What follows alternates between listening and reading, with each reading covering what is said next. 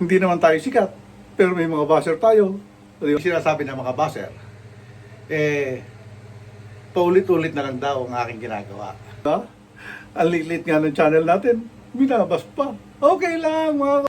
I love you mga basher. Bye-bye.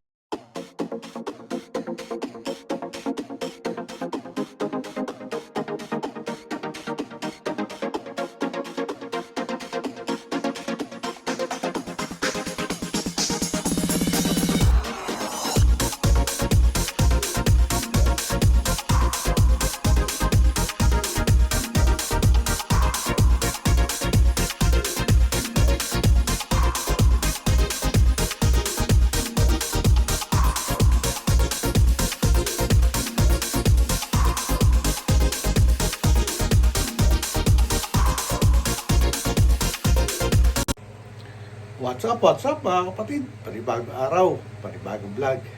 Eto, magbablog na naman tayo para meron na naman mga basher na maglabasan. Okay lang mga kapatid. Eto, kasi lagi sinasabi ng mga basher, paulit-ulit na lang daw ang aking ginagawa. Lagi ko rin na may pinapaliwanag sa kanila, pero andyan pa rin sila. Kaya minamahal ko yung mga basher na yan dahil pinapanood nila, kaya nalalaman nila na paulit-ulit yung aking ginagawa.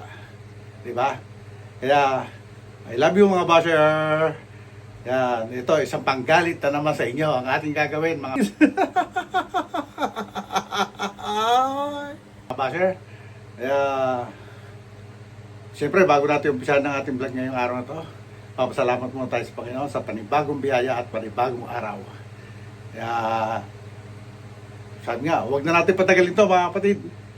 Ito na ang ating bablog ngayong araw na to. O, kita nyo naman, oh. Siyempre, ayan, naka-apron tayo. Diba? Kaya, ayan, oh. Kita nyo ba, naka-apron tayo? At nandito tayo sa aking maliit na kusina. Okay? Kita nyo ba yan mga kapatid? Iyan ang ating vlog ngayong araw to. Magluluto tayo ng ginataang halo-halong gulay. Siyempre nandiyan yun. Ito ang ating sasawag. Wala akong crabs, kaya yan na lang. Hindi kami nakabili ng crabs eh. Kaya yun, siyempre sitaw, okra, sili, kalabasa, talong. At ito yung ating pangrikado, panggisa. At siyempre, hindi mawala ang chowko. Baka naman! Ayan, ating gata. At siyempre, ito pa, si nanay magpiprito ng isda para terno dito sa ating gulay. Panghapunan na yan, panghapunan kasi nakakain na naman kami ng tanghalian, kaya panghapunan na yan. At siyempre, yan, nag-iinit na tayo ng kawali. Okay mga kapatid, abang-abang lang! Abang-abang pati ang mga basher. Okay lang mga kapatid. Okay. Paulit-ulit na lang daw, pero okay lang kasi nanonood din naman kayo. Kaya maraming salamat pa rin sa inyo mga basher. Lalo nyo akong i-bash, lalo ko kayong gagalitin. Hindi naman tayo sikat, pero may mga basher tayo. Okay mga kapatid, mainit na yung ating kawali. Kaya lalagay na tayo ng ating mantika. Diba? Magigisa na tayo. Ayan na po. Ang sabi nilang paulit-ulit na content. Pagluluto, pagtitripting, bebenta ng kalakal, pag-aayos ng kalakal, paglalaba. O, diba? Ano pa ba? Yeah, okay lang yan mga kapatid. Kasi yan lang ang ating content.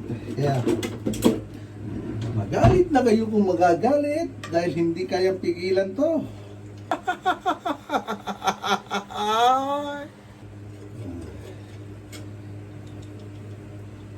Yeah. Gisa na natin ang luya muna, luya. Yan. Diba?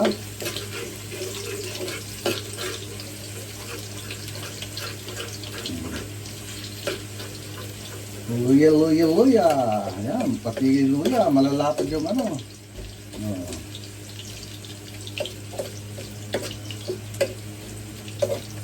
Lalabas na naman yung mga magagaling magluto dyan at magbabas na naman. Pero okay lang. Lagi ko naman sinasabi mga kapatid, hindi tayo professional. Kung ano lang yung natutunan natin sa aking magulang, ay yun ang aking ginagawa. Diba? Uy, ang bango ng luya. Yeah, sunod ang bawang.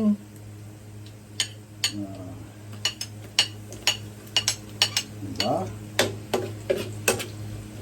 Yung ating hipon, ihalbos ko na yan. Kaya mamaya na natin lalagyan hipon para hindi siya manikit sa balat. Ayan siya. At isa pa mga lagi nilang kino-comment, nakaka-board daw ang aking mga videos. Sobrang haba, wala daw kwenta. Okay lang mga kapatid. Okay. Salamat sa inyo, mga basher. Hindi naman tayo sikat, pero may mga basher tayo.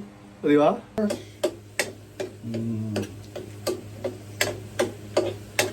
Diba? Usong-uso na ngayon yan. Yung mga basher-basher na yan. Parang walang magawa sa buhay. Galit na galit. Hindi naman tayo sikat, pero may mga basher tayo.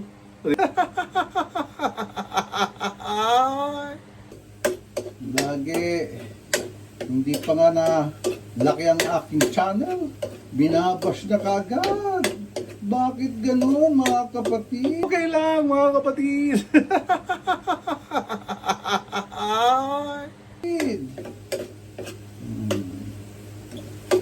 Pero marami pa naman tayo mga solid na viewers at shoutout sa inyo lahat.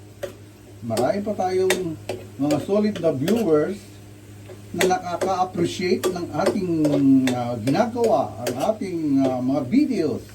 Kaya maraming salamat sa inyo sa patuloy na pag-suporta kay Tatay Pandong. Sibuyas naman mga kapatid. Ayan. Diba? Ang susunod naman natin dyan ay siraw. Para din lang to mga nagigisa ng pakbet. Ito kasi mga gulay na to, ito yung natira doon sa aking nilutong pakbet. Kaya ngayon naman, gagataan natin. Kasi supposed to be, yung aking lulutuin dati, ganito rin, gata. Hindi ako nakabili ng pansahog. Ayun to, bumili kami ng hipon ni nanay, bago mag, ano ba yun? Pasko yata, or New Year. Isinahog niya sa, meron siyang pinagsahogan yung hipon, kaya yung natira, yung kalahati, ayan, sasahog natin dito. Diba mga kapatid? Ayan.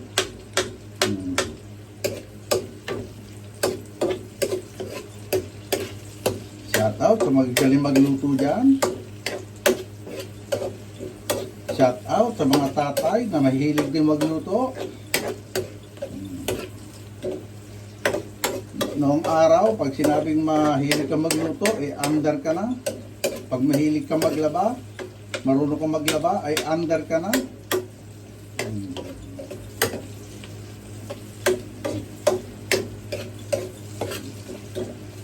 Okay, ngayon, ihulog na natin itong ating sitaw. Mga nahugasan ko na yan, mga kapatid. Kaya baka may magbabas na naman yan. Hindi rin nakikita hinuhugasan yung gulay. Hindi ko na kailangan ipakita. Yung mga previous video ko, pinakikita ko paano pagbuhugas ng gulay. Hindi ko tayo pagre-ready ng aking niluluto. masyadong humahaba yung ating video at lalong naboboard yung mga viewers natin na talagang tinitingnan nilang maigi kung ano yung po pwede nilang mai-comment, di ba? Kaya ito, iniiksyan natin. Ganon din lang naman ang mga process niyan. Di ba mga kapatid? Ayan, ito, wala naman tayong alamang, kaya may hipo naman, okay na rin yan. Diba?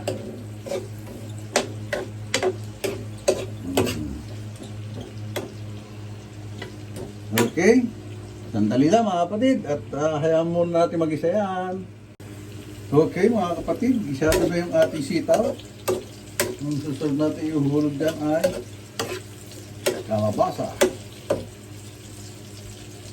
Hindi. Oo nga, kalabasa. Ayan.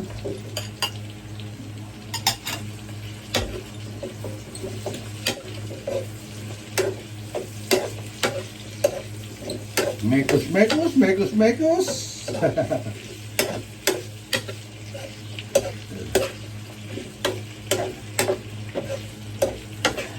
Dati, kung nagluto ako ng mga gulay na ganito, nung nasa Quezon ako, marami, kasi marami tayong binibigyan doon. Kaya ngayon, dalawa lang kami ni nanay, kaya kakunti-kunti na lang. Tulad nung nagluto ako ng pakbet, konti rin lang yun. Okay? Ayan. Okay, may ano uli, para hindi masyadong haba. Okay, mga kapatid, isado na ulit yung ating kalabasa. So, alam nyo na kung ano yung susunod natin yan. Ayan, okay.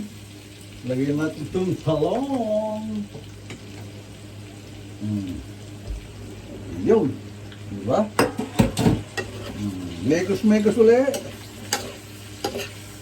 Sabay na natin itong okra.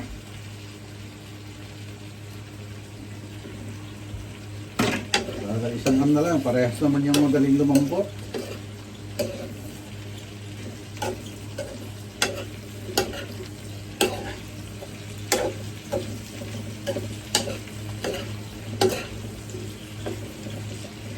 Tapos, sabay na rin natin itong hipon.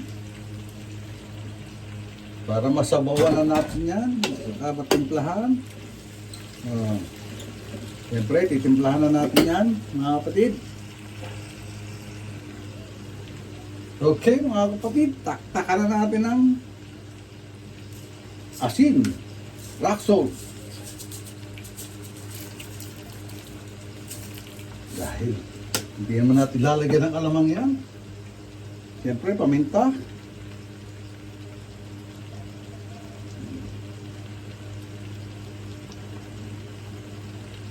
Tapos mekos ulit.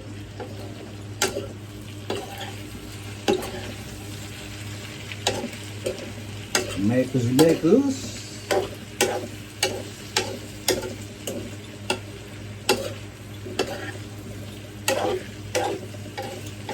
Diba? Ganda. Hindi lang maganda, masarap pa. Uy, naglaway kayo, mga buzzer natin dyan. Maglaway kayo. Diba? Ngayon, tubig ang kailangan natin dyan. Kasi yung gata rito ay malapot. Kaya, lagyan natin. Siguro mga 3 baso yan. Yun. Okay.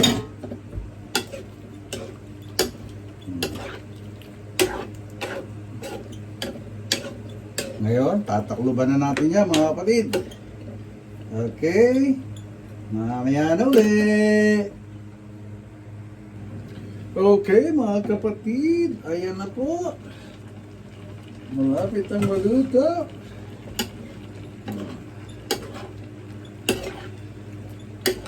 Ayan.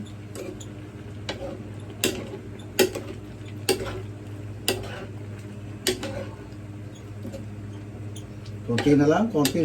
Hayaan natin matuyo ng konti yung sabaw. Bago natin ihulog ang gata. Ilagay natin yung sili. Nasa yung sili ko?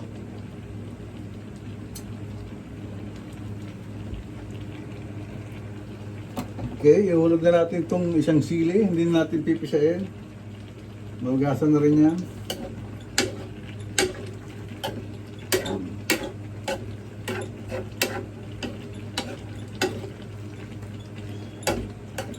Okay.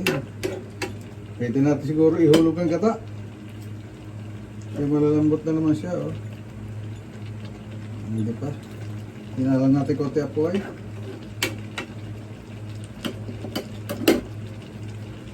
Sandali lang. Kaya mo natin matuyo-tuyo konti sabaw. Okay, ihulog na natin itong gata. At itong ating gata. Oh, shout out sa chow ko. Baka naman.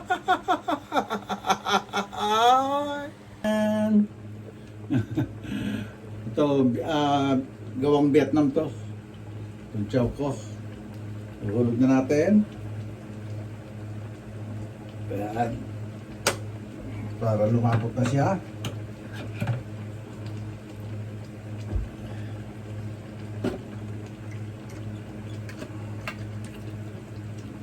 Okay. Yan, ang sarap niyan.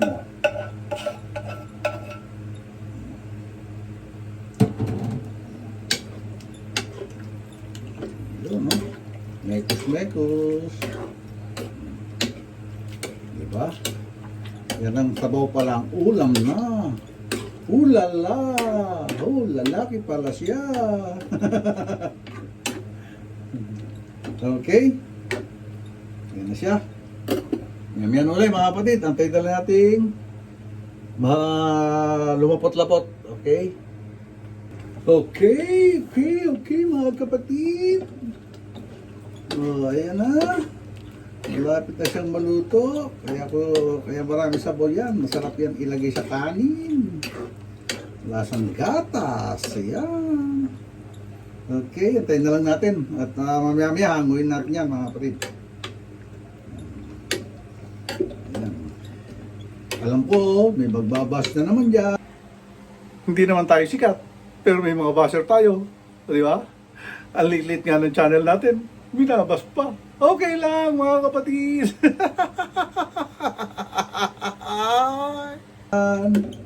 Bakit daw mga gata, mga sabaw, ang aking gata?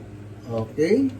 May purpose yan mga kapatid kasi masarap yan na ilagay sa mainit na kanin, yung sabaw na yan. Di ba? Okay, mamaya ulit mga kapatid, paghahangoy na. Okay mga kapatid, ayan, kulong-kulo na, oh. Hanguin na natin to, baka malabog naman yung ating gulay. Baka maging sabaw na lahat yan. Kaya hanguin na natin to. Okay mga kapatid. Ayan na siya, oh. Ayan, nakulo pa, oh. Tignan nyo naman. Kung gaano kasarap yan. Maglaway na naman ang mga basher dyan. Okay. Patayin na natin. Okay. At si nanay magluluto pa niyan. Siya na raw daw magluluto niyan. Dahil ako nagluto ng gulay, kaya yan naman lutuin niya. Yan. Yan.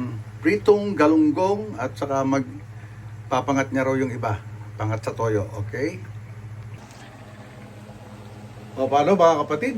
Hanggang dito na lang itong vlog natin ngayong araw na to. At maraming salamat sa walang siyang pagsuporta sa channel Tatay Pandong. At pagpalain tayo ng mga ikapal, saan man tayo naroon. At kung ano man yung ating ginagawa, ay gagabayan niya tayo. Hanggang dito na lang po. God bless us all. And be safe always. I love you mga bosser. Bye-bye.